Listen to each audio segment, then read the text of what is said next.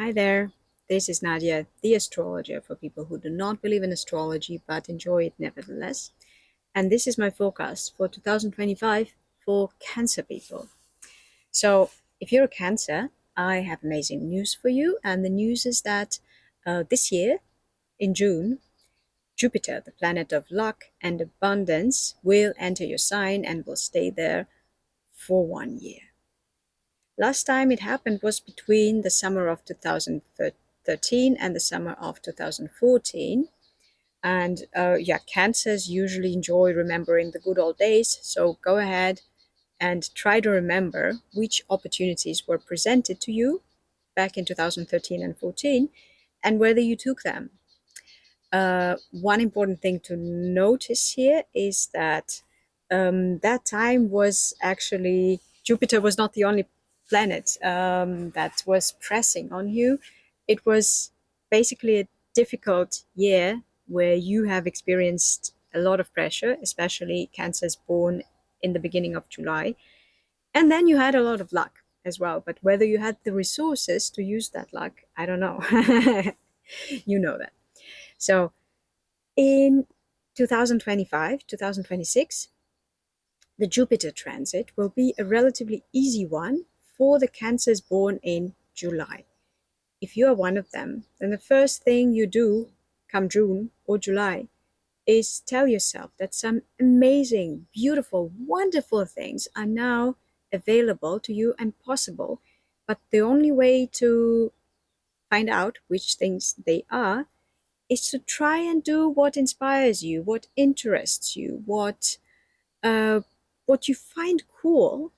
And another thing is that Jupiter really wants to help you, but in order for it to notice you, you have to be loud and ambitious and visible and big and behave with optimistic ambition.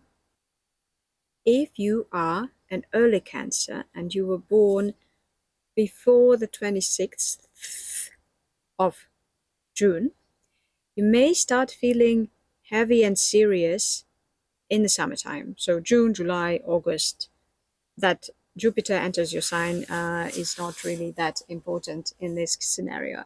Why it's happening is because in March, the Sirius planet Saturn is entering Aries and starts aspecting your sun, your natal sun.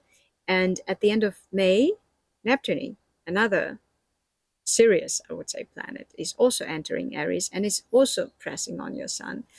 And together, those two things, those two planets, they want you to do something difficult. This is mostly Saturn. Saturn wants you to do the hard thing. Neptune may inspire you and give you the feeling that you want to do something more, something beautiful, something important, something meaningful. But it can also cloud your vision. So you may end up in a situation in the summer months where you have to do something difficult, but you don't have all the information, or you have false information, also an option. The important thing to remember here is that when it comes to Saturn, no hard work ever goes to waste. So even if your assumptions were wrong, something worthy, something valuable is going to come out of it anyway. The year 2025 may start out difficult for Cancers born after the 8th of July. Why? It's because in January, Mars will retrograde back into Cancer to redo some of what you may have had problems doing in the autumn. Or maybe you did it and you thought that was it, but now you have to actually return and reevaluate it or do it differently or go through some crisis. It may be a conflict, it may be some stressful situation. Mars usually brings some stress with it, right? But stress can be also used as a source of energy, which is what I wish you would be able to do with it. But if this is you, if you were born after the 8th of July, you will also have a lot of help from Jupiter at the end of the year 2025. So some maybe unpleasant stress in the beginning of the year, some extremely pleasant and lucrative and auspicious opportunities at the end of the year. So go through the stressful time. It will be worth it. The new moon in Cancer on 25th of June is extremely powerful and lucky, but also very demanding.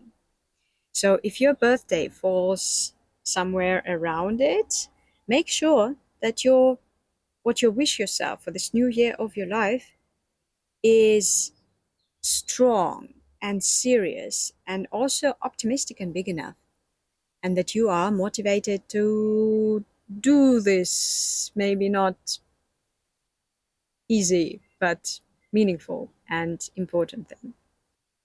To sum it up, early Cancers have the whole package: the lucky Jupiter, the difficult Saturn, the spiritual Neptune, a powerful new moon to plan the year ahead.